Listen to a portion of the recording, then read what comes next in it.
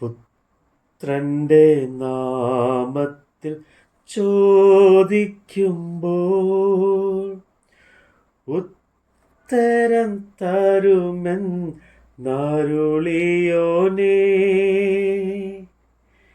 നീക്കം വരാത്ത നിൻ വാഗ്ദത്തമെൻ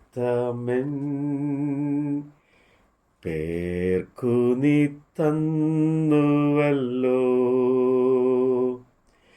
നീക്കം വരാത്ത നിൻ വാഗ്ദത്തമെൻ പേർക്കു നീ തന്നുവല്ലോ. കേൾക്കണേ എൻ പ്രാർത്ഥന, നൽകണേ എൻ യാചന. ഉൽപ്പത്തി പുസ്തകം അധ്യായം 10. നോഹയുടെ പുത്രന്മാരായ ഷേം, ഹാം, യാഫേത്ത് എന്നവരുടെ വംശ പാരമ്പര്യമാവിത്. ജലപ്രളയത്തിൻ്റെ ശേഷം അവർക്ക് പുത്രന്മാർ ജനിച്ചു. യാഫേത്തിൻ്റെ പുത്രന്മാർ ഗോമെർ, മാഗോഗ്, മാദായ്, യാവൽ, തൂബൻ, മേശക്, തീരാസ്. ഗോമറിൻ്റെ പുത്രന്മാർ ആസ്കനസ്, രേഫത്ത്, തോഗർമ. യാമാവിൻ്റെ പുത്രന്മാർ എലീഷ, തർഷീസ്, കീത്തീം, ദോധാനീം. ഇവരാൽ ജാതിയുടെ ദ്വീപുകൾ അതത് ദേശത്തിൽ ഭാഷ ഭാഷയായി, ജാതി ജാതിയായും കുലം കുലമായും പിരിഞ്ഞു. ഹാമിൻ്റെ പുത്രന്മാർ കൂശ്, മിസ്രൈമിൻ, പൂത്ത്, കനാൻ. കൂശിൻ്റെ പുത്രന്മാർ ശബ, ഹവീല, സപ്ത, രാമ, സപ്തേക്ക. രാമായുടെ പുത്രന്മാർ ശബയും ദദാനും. കൂശ് നീമ്രോദിനെ ജനിപ്പിച്ചു. അവൻ ഭൂമിയിൽ ആദ്യ വീരനായിരുന്നു. അവൻ യഹോവയുടെ മുമ്പാകെ നായാട്ട് വീരനായിരുന്നു. അതുകൊണ്ട് യഹോവയുടെ മുമ്പാകെ നീമ്രോദിനെ പോലെ നായാട്ട് വീരൻ എന്ന് ഒരു പഴഞ്ചൊല്ലായി. അവൻ്റെ രാജ്യത്തിൻ്റെ ആരംഭം ശീനാർ ദേശത്ത് ബാബേൽ, യേരക്, ആക്കാദ്, കൽനെ എന്നിവയായിരുന്നു. ആ ദേശത്ത് നിന്ന് ആശൂർ പുറപ്പെട്ടു. നിനവെ, രഹോബോത്ത് പട്ടണം, കാലഹ്. നിനവയ്ക്കും കാലഹിനും മധ്യേ മഹാനഗരമായ രേസർ എന്നിവ പണിതു.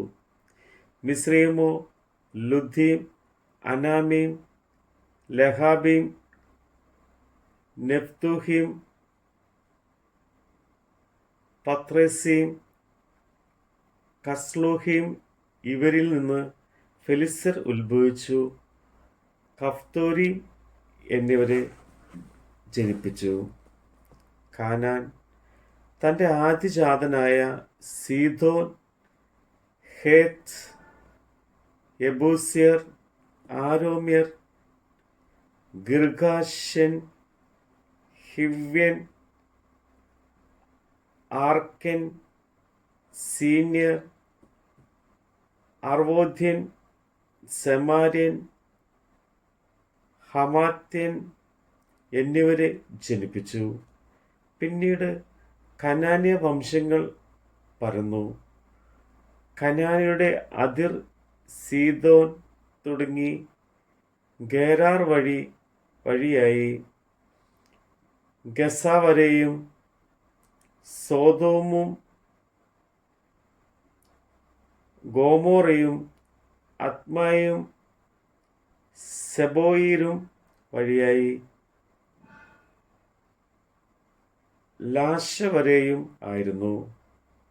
ഇവർ അതത് ദേശത്തിൽ ജാതി ജാതിയായും കുലം കുലമായും ഭാഷ ഭാഷയായും ഹാമിൻ്റെ പുത്രന്മാർ.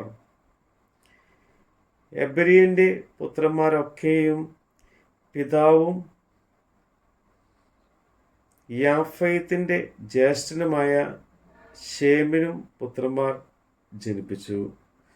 ശേമിൻ്റെ പുത്രന്മാർ ഏലാം, ആശൂർ, അർപ്പഷാദ്, ലൂദ്, ആരാം. ആരാമിൻ്റെ പുത്രന്മാർ ഊസ്, ഹൂൽ, ഗേദർ, മഷ്. അർപ്പഷാദ് ഷാലാഹിനെ ജനിപ്പിച്ചു. ഷാലഹ് ഏബരിനെ ജനിപ്പിച്ചു.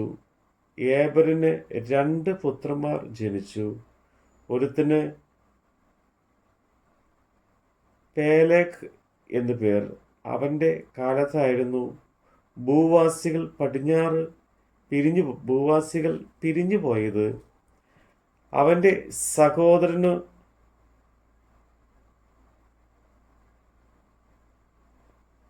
യോക്താൻ എന്നു പേർ. യോക്താനോ അൽമോദാദ്, ഷാലഹ്, ഹസർമോവേത്ത്, യാരഹ്, ഹദോരാം, ഈസാൻ, ദിക്ല, ഓബാൽ, അബിമയേൽ, ഷേബ, ഓഫീർ, ഹവീല, യോബാബ് എന്നിവരെ ജനിപ്പിച്ചു.